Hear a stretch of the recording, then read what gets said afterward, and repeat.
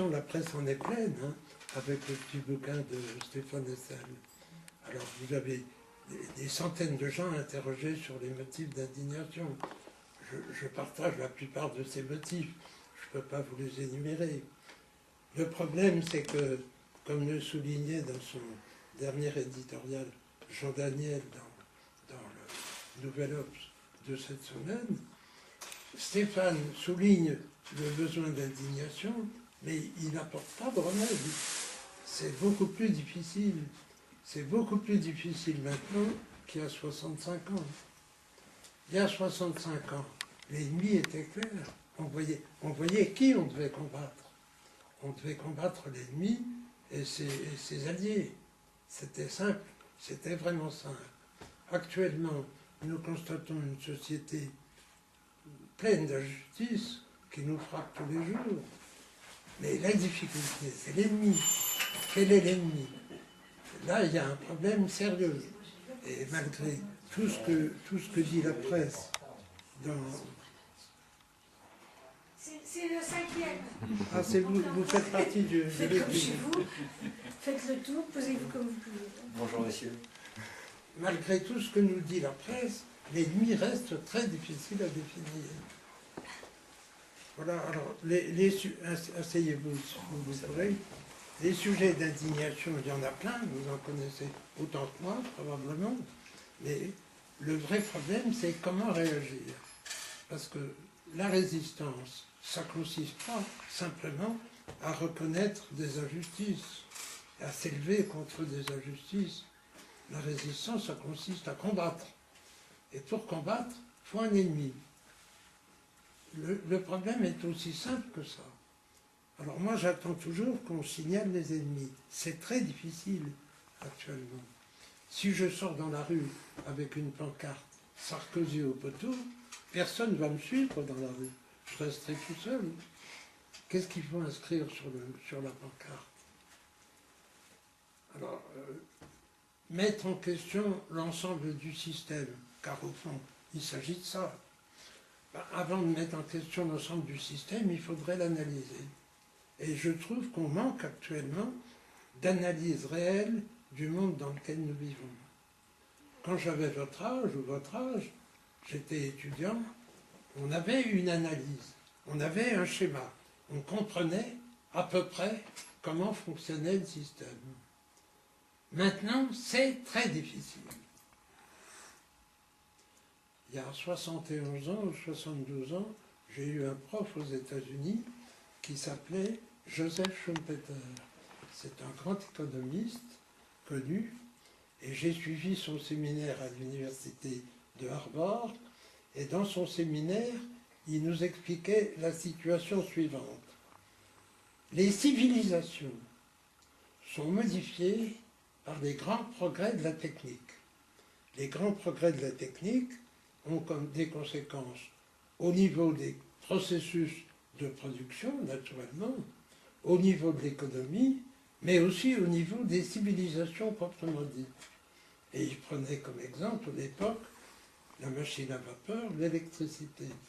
Et il montrait comment l'arrivée de ces modifications techniques a causé d'énormes difficultés, d'énormes dégâts et d'immenses progrès. Je crois qu'on est actuellement au milieu d'un processus à la Schumpeter, avec l'informatisation. On a le monde dominé par une nouvelle forme de technique qui intervient tout le temps, y compris dans la vie quotidienne. Vous en êtes probablement des exemples. Vous avez affaire avec l'informatisation, mais on est très loin de comprendre jusqu'où ça va et quelles vont être les vraies conséquences. Alors, on ne peut pas s'en prendre à l'informatisation, ça n'est pas plus qu'à la machine à vapeur ou à l'électricité. Ce sont des avancées des connaissances, des techniques humaines, des interventions sur la réalité, mais c'est très difficile d'en jauger les conséquences. Bon, c'est un discours un petit peu... Alors, quand on regarde vos générations, en quoi êtes-vous victime de l'informatisation? on ne le sait pas encore. On ne sait pas encore très bien. Mais moi, je crois qu'il y a une chose qui me frappe, en tout cas dans notre pays, c'est une société qui n'offre rien aux jeunes. Actuellement, les jeunes ados qu'on rencontre, j'en ai rencontré beaucoup, ils n'ont pas le sentiment que la société les attend, les appelle et va avoir besoin d'eux. Et donc va leur offrir quelque chose. Bon, alors, c'est quand même assez grave. C'est une des conséquences graves que je vois. Donc, si j'avais à formuler un vœu auprès des gouvernants ou des partis politiques, s'il vous plaît, préparez un avenir. S'il vous plaît, dites-nous vers quoi on va. S'il vous plaît, dites-nous vers quoi les jeunes vont s'occuper, quel genre de vie ils auront et quel genre de service ils rendront. Voilà une réponse un peu abstraite, mais c'est difficile d'être plus concret. Non, mais c'est donc Qu'est-ce que vous en il faut pensez? penser le monde avant de... Voilà, penser le monde. Ben, il faut essayer de comprendre le monde. Et comprendre le monde, c'est très compliqué. Il y a plusieurs explications possibles. Par exemple, on parle du rôle de la finance. C'est vrai que notre monde est dominé actuellement par des considérations financières, des flux financiers. Qu'est-ce que ça veut dire?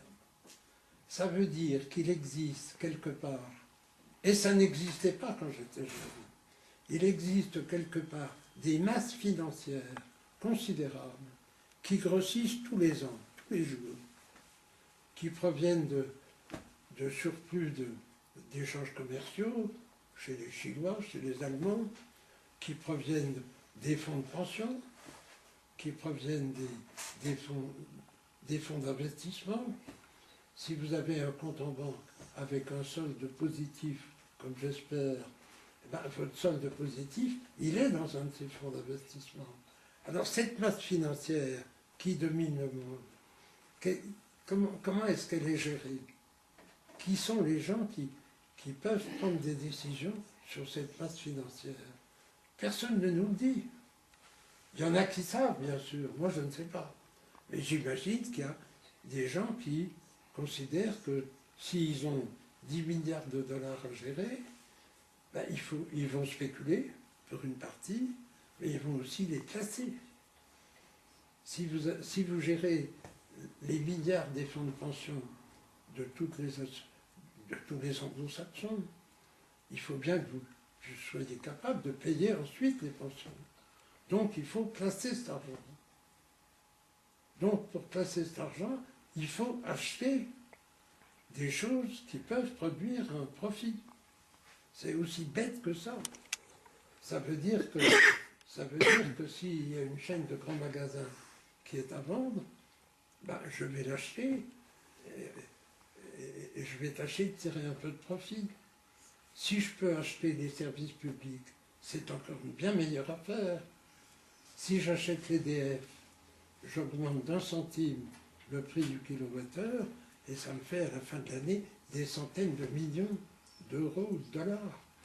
Ou je retarde de 5 ans la durée de vie des centrales nucléaires, ça ne se voit pas. C'est une simple opération comptable. Et ça rapporte des centaines de millions. Et donc, les meilleurs placements qu'on puisse faire, finalement, c'est les services publics, y compris les hôpitaux, y compris l'éducation nationale, chez les Américains, y compris la défense nationale. 40% des troupes américaines engagées sont gérées par des sociétés privées. C'est ça notre... Qu'est-ce que vous pensez du sort qui est fait aux minorités en France, et notamment par exemple à ce qui s'est passé avec les Tziganes récemment? Je suis scandalisé par ça, comme beaucoup.